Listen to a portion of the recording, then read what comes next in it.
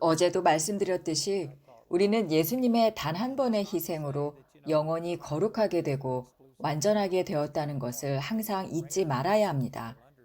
그 완전함은 우리 영 안에 있으며 우리는 성령으로 인치심을 받았기 때문에 우리가 죄를 짓거나 기독교인으로서 부족할 때조차도 우리의 거듭난 영에는 영향을 미치지 않습니다. 요한복음 4장 24절에 하나님은 영이시라고 말씀하셨습니다. 그러므로 하나님은 영이심으로 우리는 영과 진리로 예배해야 합니다. 우리 안에서 거룩하게 되고 완전하게 된 부분, 영원히 성령으로 인침받은 부분에는 불순물이 없습니다. 하나님께서 우리를 보실 때 영으로 우리를 보십니다. 그분은 우리의 육신이 어떤지, 우리의 정신적, 감정적 생각이 어떤지 알고 계시죠. 그렇다고 그분이 그것을 무시한다는 뜻이 절대 아닙니다. 그분은 우리의 모든 것을 아십니다. 그러나 우리가 올바르게 행동하고 생각하도록 열심을 내십니다. 다시 말해, 하나님은 영적인 기준으로 우리와 관계를 맺으심으로 그분이 영으로 우리를 보실 때 우리는 영원히 거룩하고 완전한 상태인 것입니다. 정말 파격적이죠. 아모스서 3장 3절에 두 사람이 합의하지 않고서야 어찌 동행하겠느냐 말씀하셨습니다. 만약 하나님께서 예수님을 통해 우리를 완전하다고 보시는데 우리 스스로는 완전하다고 생각하지 않는다면 어떻게 그분과 동행할 수 있겠습니까? 어떻게 합의할 수 있겠습니까? 안타깝게도 이것이 우리를 가로막고 있는 것입니다. 구원은 받았을지 모르지만 우리가 누구인지 그리스도께서 무엇을 하셨는지 이해하지 못하기 때문에 갇혀 있는 것이죠. 구원은 천국에 갈 때 일어나는 것만이 아니라 이미 우리의 영 안에서 일어난 일입니다. 우리의 영 안에서 우리는 영원 안에서 얻을 수 있는 만큼 구원받은 것입니다. 우리의 영은 잘하려고 애쓰는 아가의 영이 아니라 이미 완전합니다. 골로새서 2장 10절에 우리는 그분 안에서 완전하다고 말씀하셨습니다. 우리는 완전합니다. 우리는 우리의 영 안에서 완전히 자랐습니다. 요한일서 4장 17절에 예수님께서 그러하신 것처럼 우리도 이 세상에서 그러합니다. 기독교인의 삶은 어떻게든 우리의 영을 자라게 하는 것이 아닙니다. 우리는 이미 완전히 자라 있습니다. 우리는 우리의 영 안에서 예수님과 똑같습니다. 기독교인의 삶의 나머지는 우리의 마음과 생각, 즉, 혼을 이미 완전한 우리의 영 안의 것으로 새롭게 하는 것입니다. 우리는 영, 혼, 육의 세 부분으로 되어 있고, 우리의 영은 예수님과 똑같습니다. 이미 완전합니다. 우리는 우리의 영 안에서 얻을 수 있는 만큼 구원을 다 받았습니다. 따라서 핵심은 우리의 혼, 우리의 정신적, 감정적 부분이 이에 합의하는 것입니다. 그리고 만약 우리가 우리의 마음을 새롭게 하고 그리스도 예수 안에서 우리가 누구인지 알았을 때를 쉽게 비유하자면 영과 혼이 2, 그리고 육이 1로 2대 1의 싸움이 되어 승리합니다. 즉, 우리의 혼이 영에게 복종함으로써 우리의 육에서 하나님의 초자연적인 능력이 나타나게 되는 것입니다. 하지만 우리의 혼이 오직 느끼고 볼 수 있는 것에만 의존하고 사람들의 말에만 따라 움직인다면 비록 우리의 영 안에서 하나님의 생명이 살아있다 해도 그것은 반대의 2대1의 싸움이 되어 우리 안에 있는 하나님의 능력이 흘러나오는 것을 막게 될 것입니다. 그러므로 우리가 그리스도 안에서 누구인지 깨닫기 시작하는 것이 정말 중요합니다. 거듭난 우리의 영 안에서 걸어가십시오. 육신적으로 볼 때 우리는 그다지 많은 것을 이루지 못한 사람일 수도 있습니다. 사람들이 우리를 바라볼 때 모두가 닮고 싶어 하는 아름다운 사람으로 보지 않을 수도 있어요. 하지만 중요한 것은 우리의 영 안에서 우리가 누구인가 하는 것입니다. 만약 우리가 육신이 아닌 거듭난 영을 기준으로 자신을 대하기 시작한다면 분명히 우리는 변화될 것입니다. 어쨌든 이 모든 것을 예수님이 다 이루셨습니다. 이제 좀 더 깊이 들어가 우리의 영에 대한 또 다른 진실을 말씀드리겠습니다. 갈라디아서 5장 22절입니다. 오직 성령의 열매는 사랑과 희락과 화평과 오래 참음과 자비와 양선과 충성과 온유와 절제리니 이 같은 것을 금지할 법이 없느니라. 이 성령의 열매는 대문자 S로 즉 하나님의 영, 성령님을 가리키는 것입니다. 또 고린도전서 6장 17절을 보면 주와 합하는 자는 한 영이니라 라고 되어 있습니다. HEIS는 헬라어 단어이며 다른 것을 배제하는 단 하나라는 뜻입니다. 그러므로 성령에 대한 진실한 것은 무엇이든 우리의 거듭난 영에 대해서도 진실합니다. 왜냐하면 우리는 하나, 즉, 단 하나이기 때문입니다. 우리는 영 안에서 성령님과 동일합니다. 그러므로 이 성령의 열매가 또한 우리의 거듭난 영의 열매이기도 합니다. 우리에게 사랑, 희락, 화평, 오래 참음이 있어서 쉽게 화를 내지 않아도 되는 것이죠. 화를 낼 필요가 없습니다. 오래 참음, 자비, 양선, 친절, 온유, 절제, 이 모든 것들이 우리의 영 안에 있습니다. 그리고 우리의 거듭난 영의 열매는 1년 중 잠깐 동안만 열매를 맺는 게 아니에요. 영적인 영역에서는 항상 열매를 맺고 있습니다. 우리의 영은 항상 사랑과 기쁨과 평화로 가득 차 있죠. 그러나 우리는 우리 자신이 거듭났다는 것을 알지만 여전히 슬프고 여전히 패배감을 느끼며 우울하고 낙담하고 있습니다. 그래서 어떻게든 하나님께 기쁨과 평화와 사랑, 이 모든 것들을 달라고 간구하죠. 그건 하나님께 그런 것들을 구걸할 문제가 아니에요. 이미 우리 안에 있는 것입니다. 단지 우리가 우리의 마음을 새롭게 하지 않는 것이 문제인 것이죠. 그러니 우리가 해야 할 일은 그리스도 안에서 우리가 가진 것에 집중하고 보이는 대로 살아가는 대신 하나님의 말씀을 바탕으로 생각하고 행동하기로 결정하고 집중하는 것입니다. 인생을 보면 당연히 낙담하고 우울하고 두려워하고 허무하게 생각하게 될 것입니다. 하지만 우리의 영 안에서 모든 것을 본다면 우리는 사랑과 기쁨과 평화밖에 없을 것입니다. 우리 주변에서 무슨 일이 일어나든 상관없이 우리는 내면에서 초자연적인 평화를 누릴 수 있습니다. 제가 베트남전에 참전했었을 때 일입니다. 저는 군종 목사님 보좌관이었었고, 사실 군인들의 장례식을 위해 파견 간 것이죠. 왜냐하면 그들이 곧 포위당하고 대부분 죽을 것이라는 것을 알고 있었기 때문입니다. 제가 머무는 숙소 경계선 안으로 100발이 넘는 박격 폭탄을 맞았습니다.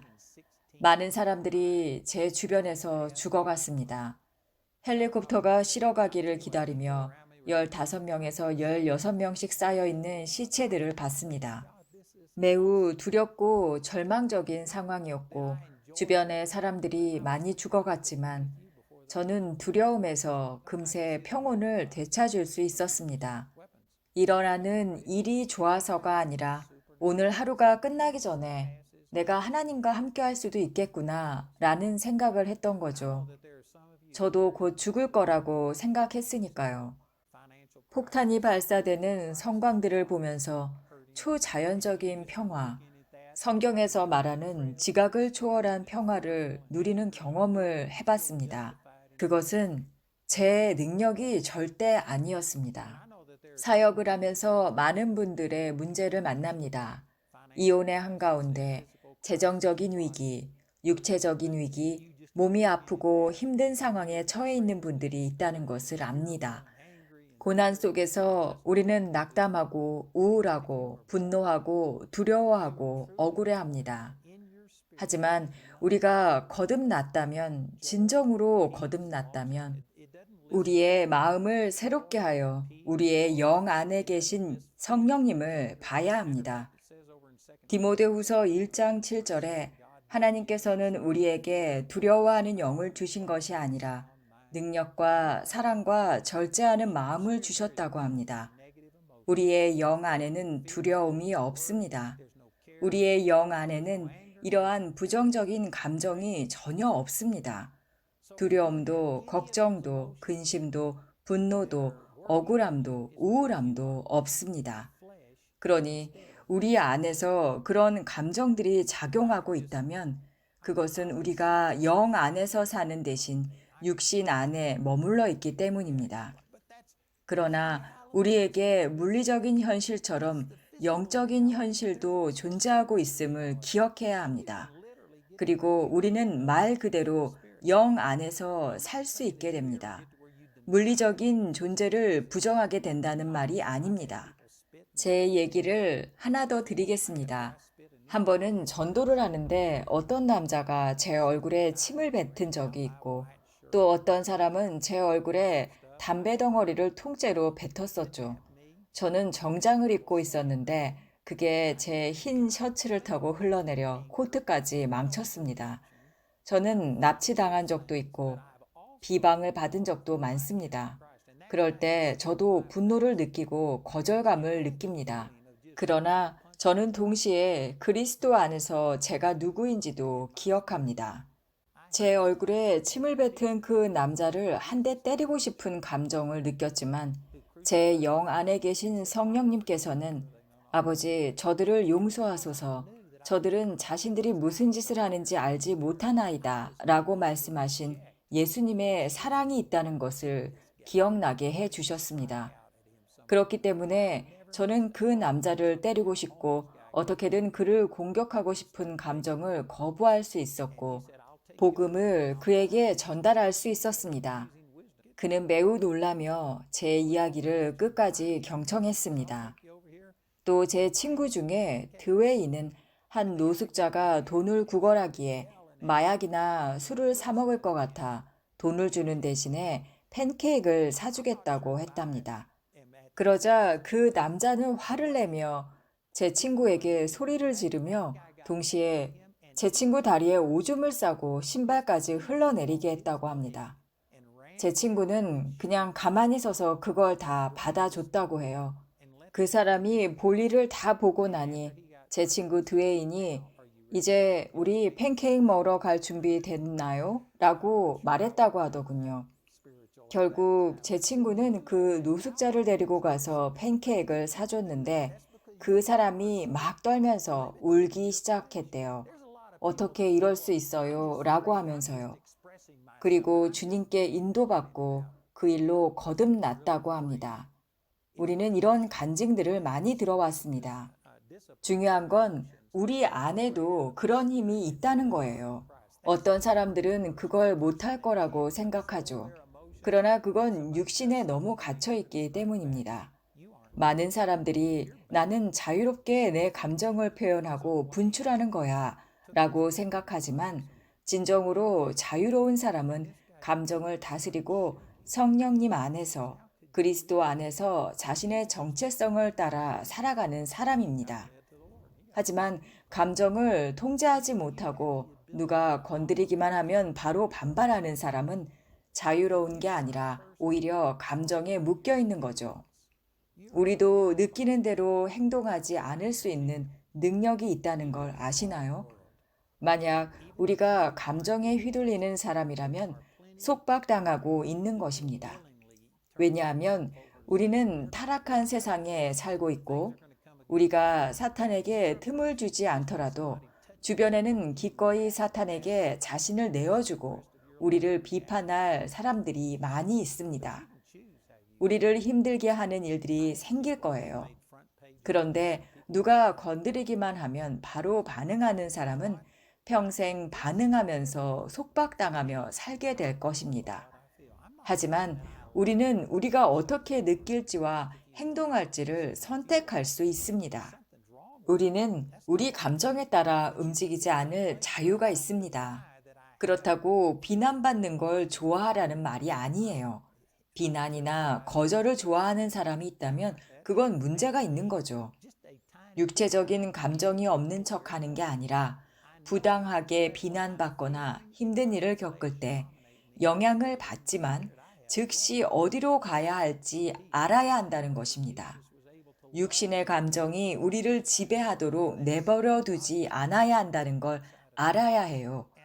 우리 안에는 사랑과 기쁨과 평화가 충만하다는 것을 말이죠. 예수님이 자신을 십자가에 못 박은 사람들을 사랑할 수 있었던 것처럼 우리도 똑같은 하나님의 사랑을 우리 안에 가지고 있고 우리가 느끼는 감정 대신 그 사랑을 따라 행동하기로 선택할 수 있는 것입니다. 그리고 우리가 성령 안에서 우리에 대해 말씀하시는 것을 기준으로 생각하고 행동하기 시작하면 마치 하나님의 사랑을 끌어내는 것과 같습니다. 우리 안에는 성령님의 9가지 열매가 충만하게 있습니다. 갈라디아서 5장 22절과 23절에 나오는 것 모두 말이죠. 하지만 우리가 느끼는 감정에만 집중하고 하나님 말씀 대신 나의 감정대로 행동하면 부정적인 것들을 쏟아내는 거예요. 반대로 하나님이 우리에 대해 말씀하시는 것에 집중하고 감정이 아닌 하나님의 말씀을 따라 행동하기 시작하면 마치 그 샘에 양동이를 넣어 사랑과 기쁨과 평화를 퍼 올리는 것과 같습니다. 그것들이 나타나기 시작하는 거죠. 우리는 항상 24시간 내내 성령의 열매를 가지고 있어요. 우울하거나 두렵거나 화가 나거나 억울한 감정이 든다면 그건 육신에 속해 있기 때문이라는 걸 기억하셔야 합니다. 육체적인 감정, 육체적인 생각이 우리를 지배하도록 내버려 두지 마세요. 오히려 그리스도 안에서 우리의 정체성에 집중하셔야 됩니다. 우리가 우울해하는 동안에도 우리의 영은 하나님의 임재 안에서 충만하다는 사실을요. 갈라디아서 5장 16절에는 성령을 따라 행하라. 그리하면 육체의 욕심을 이루지 아니하리라 라고 되어 있습니다. 성령을 따라 행하고 영 안에서 우리의 정체성을 따라 살아가면 육신의 감정에 지배당하지 않을 것입니다.